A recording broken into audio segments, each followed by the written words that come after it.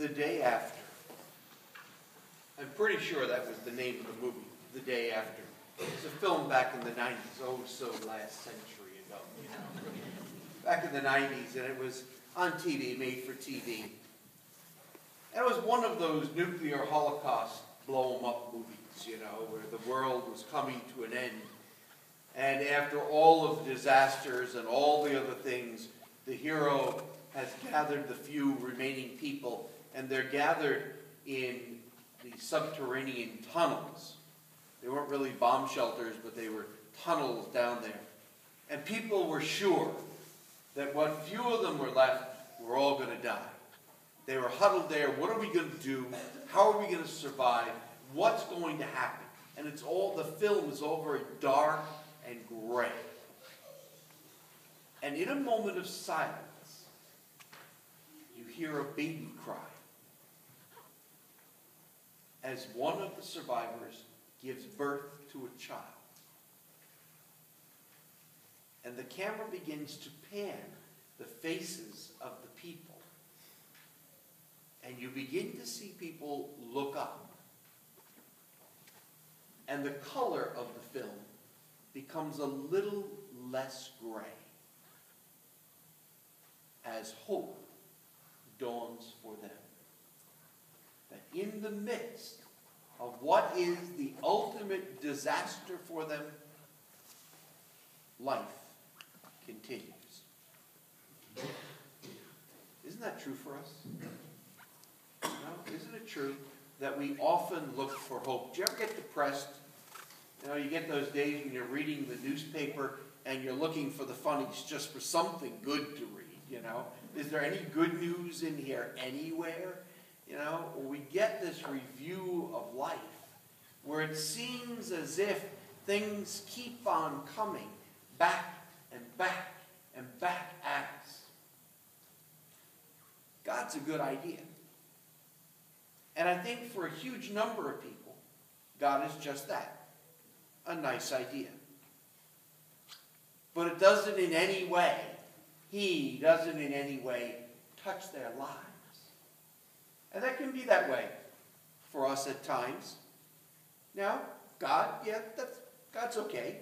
I don't bother Him, He doesn't bother me, and life is good. And yet, we have, in the person of the child Jesus, in the face of a child, God made flesh. God among us. And God passes from being a good idea to a light in the darkness.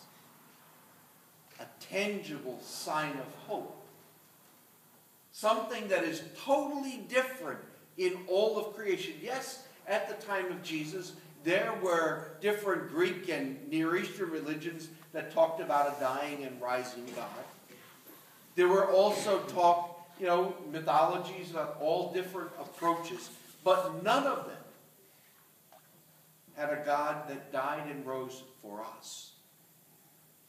None of them had an image of a God who was incarnate in human nature, shared our life experience, and took it with Him into His experience. God touched the world, and the world was changed. This is the Feast of the Epiphany. Most of the time we talk about it being the Feast of the Three Kings. Well, that's what the Gospel's about. But Epiphany means when God is revealed to the world. When God is made known to the world. When God is revealed as the Savior of all things, when hope is made tangible.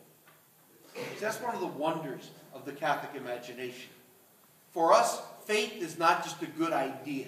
It's not an academic exercise. But rather, it is something that we see, taste, and touch. It's very sensual to be Catholic. We get involved in all the things. We make bread. We stomp grapes. We create wine and oil. We get involved in all the things. We have incense and candles and nativity sets and things that you can see and play with and walk with. Because our God is incarnate.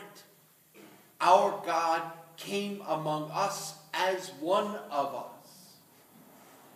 In a few moments, when I pray the beginning of the Eucharistic prayer, the preface for today, I will say that in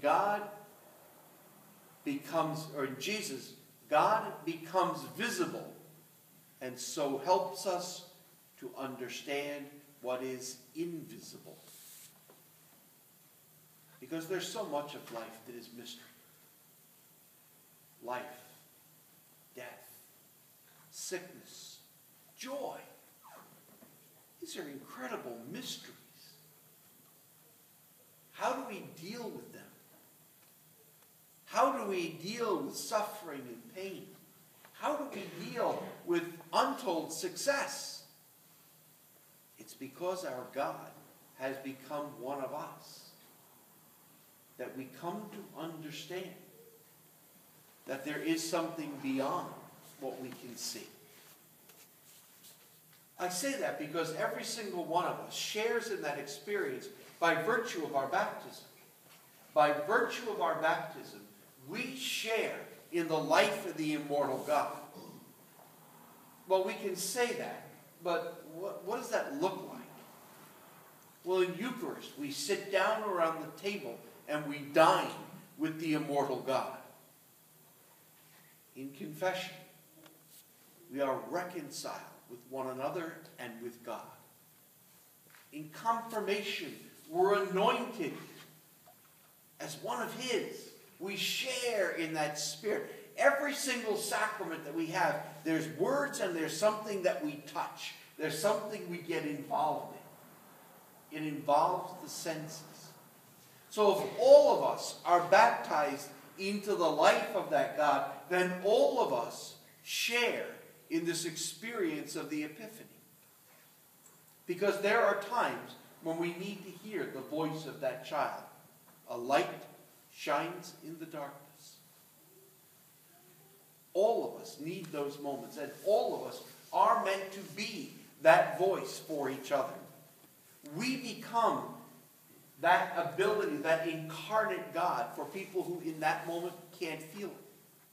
That's our vocation. Our vocation is to carry on the mission of Jesus in the world today, to participate with Him, to be that light shining among the people. It's not just that we come here and we feel good when we sit down at the table. It's not about me. It's about everyone else. Because you and I know if there are however many of us that are here in the parish, is about a little under 1,200 people registered in our parish. There's probably 8 times that many people who live in the bounds of our parish. Do they know and experience the same thing that you know and experience, that I know and experience? In what ways are we Epiphany for them? What ways do we make, what are the ways that we make Epiphany real for them? That's our vocation. To be disciples. When Jesus calls the disciples, and we'll hear this in the Gospels in the weeks ahead, He doesn't call them to be priests, brothers, and nuns and go off and live someplace else. He calls them to be believers. He calls them to be you and me. And to proclaim His gospel to all that we need in a tangible way. So I'm inviting us as a parish community over the next month to reflect on the ways that you and I live that Epiphany. As God dawns in our life, is revealed in our life, how do we, in turn, reveal that in the lives of those around us? In our families, in the places where we work, in all the things that we see and do, that we may come to be Epiphany for others, as Christ is that for us.